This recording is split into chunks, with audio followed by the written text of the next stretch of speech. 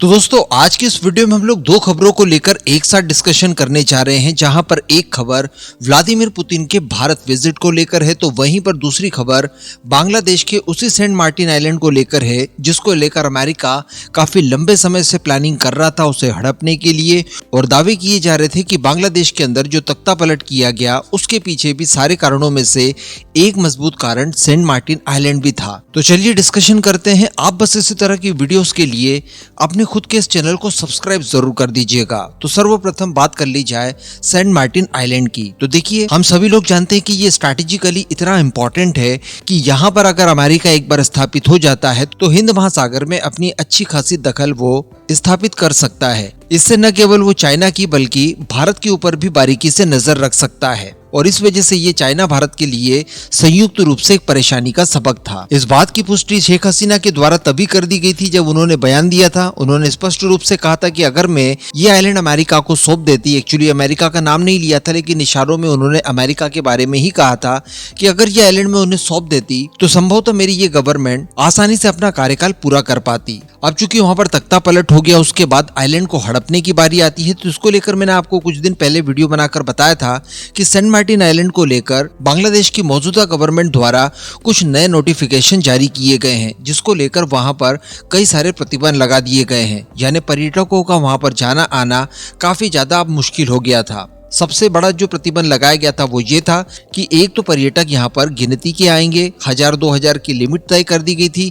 इसके अलावा कोई भी पर्यटक यहाँ पर रात नहीं रुक सकता। अब रात नहीं रुक सकता ये प्रतिबंध जैसे ही लगा तो पर्यटकों की यहाँ पर कमी वैसे ही आ गई। कारण ये था कि ये काफी दूरी पर था।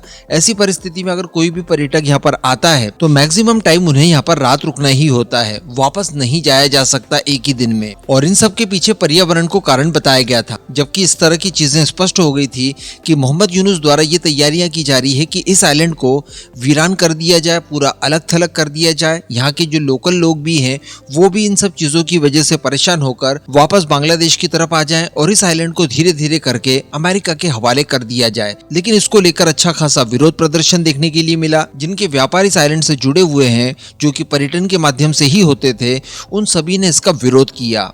और इसको लेकर बताया जा रहा है कि बांग्लादेश के अंदर लोकल लोगों ने एक प्रोटेस्ट भी आयोजित किया, जिसके तहत उन्होंने सड़क का घेराव वगैरह किया। अब प्रदर्शन जब बहुत ही ज्यादा विकराल हो गया तो ऐसी परिस्थिति में वहां का एडमिनिस्ट्रेशन हरकत में आता है और उसके बाद वो लोग प्रदर्शनकारियों को इस बात का आश्वासन देते हैं कि आपके द्वारा जो मांगे रखी जा रही है उसका जल्द ही निराकरण किया जाएगा।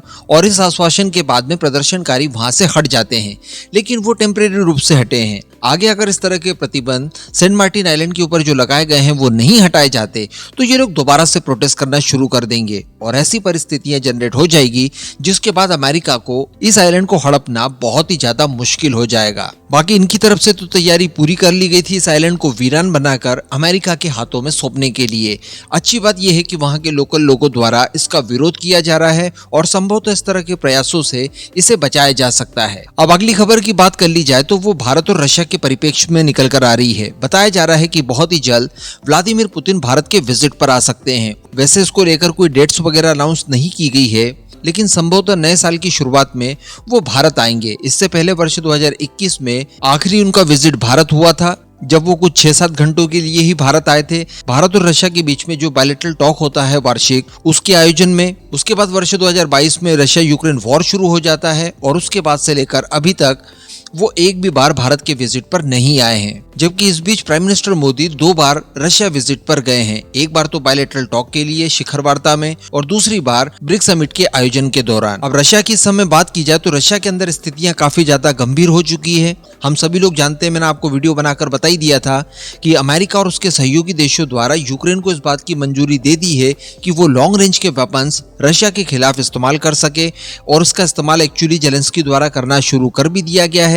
इसको लेकर रशिया द्वारा भी अपनी न्यूक्लियर पॉलिसीज को फिर से चेंज किया गया है और एक काफी बड़ा सा गहरा संकट इस समय दुनिया के सामने दिखाई दे रहा है। इन सब चीजों के बीच में इस तरह की खबर निकल कर आना कि वो भारत के विजिट पर आ रहे हैं, तो कहीं ना कहीं यहाँ पर भारत के इंटरफेरेंस की जरूरत रशिया यूक्रेन वॉर को रुकवाने में जरूर होगी। कारण यह है कि पुतिन के विजिट तक अमेरिका के अंदर सत्ता हस्तांतरित हो चुकी होगी, डोनाल्ड ट्रंप अपना कार्यभार संभाल चुके होंगे और संभवतः पुतिन का विजिट उसी समय होगा जब डोनाल्ड ट्रंप भी भारत के विजिट पर आएंगे। यानी थोड़ा बहुत आगे पीछे जरूर होगा, लेकिन अल्टीमेटली यहाँ पर दोनों ही पक्षों से एक ही संदर्भ में बात की जा सके भारत द्वारा, इस बात को शायद आधार बनाया जाएगा। क्योंकि हम लोग जानते हैं कि भारत के अंदर इस बार क्वाड समिट होना है, जो कि वर्ष की शुरुआत में ही होगा, और उसे अटेंड करने के लिए डोनाल्ड ट्रंप भारत के विजिट पर आएंगे। उसके तत्काल बाद या उससे कुछ समय पहले पुतिन का विजिट पर आना, ये इस बात का सूचक है कि भारत यहाँ पर मध्यस्थता कर सकता है, क्योंकि दोनों ही पक्षों से भारत के अच्छे संबंध हैं। तो युद्ध को रुकवाने के लिए भारत की बड़ी भूमिका की उम्मीद हम लोग यहाँ पर कर सकते हैं, क्योंकि भारत द्वारा काफी समय के बाद रशिया यूक्रेन वॉर को लेकर